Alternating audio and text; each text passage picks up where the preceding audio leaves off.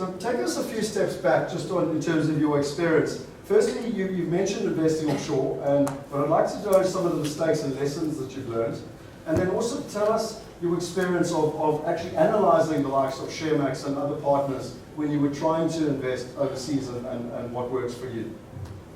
Thank you, Scott. I think I've started to try to invest overseas in, as I said, just after 2000.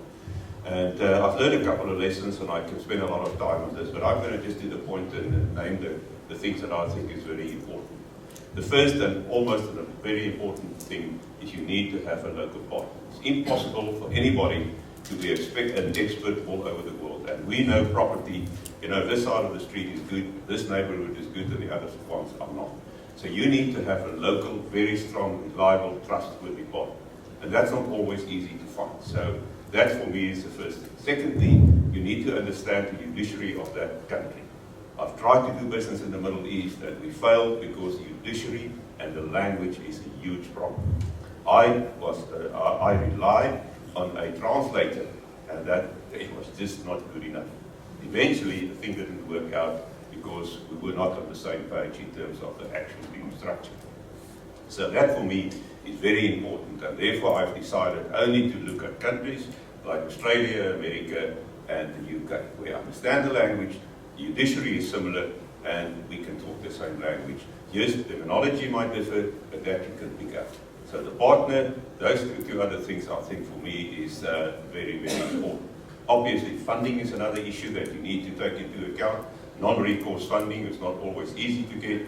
The structuring, and obviously, the security you have in the laws and the constitution of that particular country, I think is very, very important as well. So for me, that is the main thing. If I look at Sharemax, I went to Sharemax when they were still in business, tried to do a deal with them and asked them and tried to see whether they can raise money for us for international investors.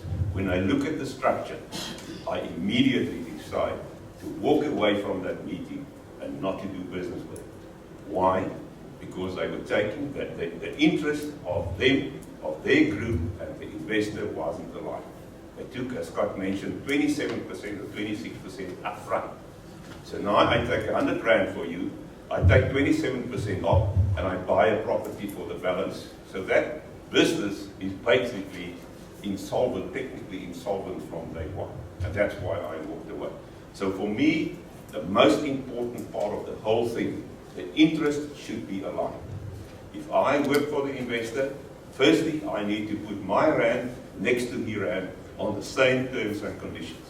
Secondly, there should be absolute transparency in terms of the deal. And thirdly, you need to have technology that can ensure that transparency is there and that you can see the deal. No funny structures, simple, straightforward business where everybody is treated the same. And the last principle, which is fundamental for me, is that there's no fees that I take money and in management fees. Our view is that if we make a profit at the end, we all share in the profit. If there's no profit, nobody gets a benefit out of it. And that's driving our thinking, and that's, I think, differentiate our approach from the likes of Sharemax.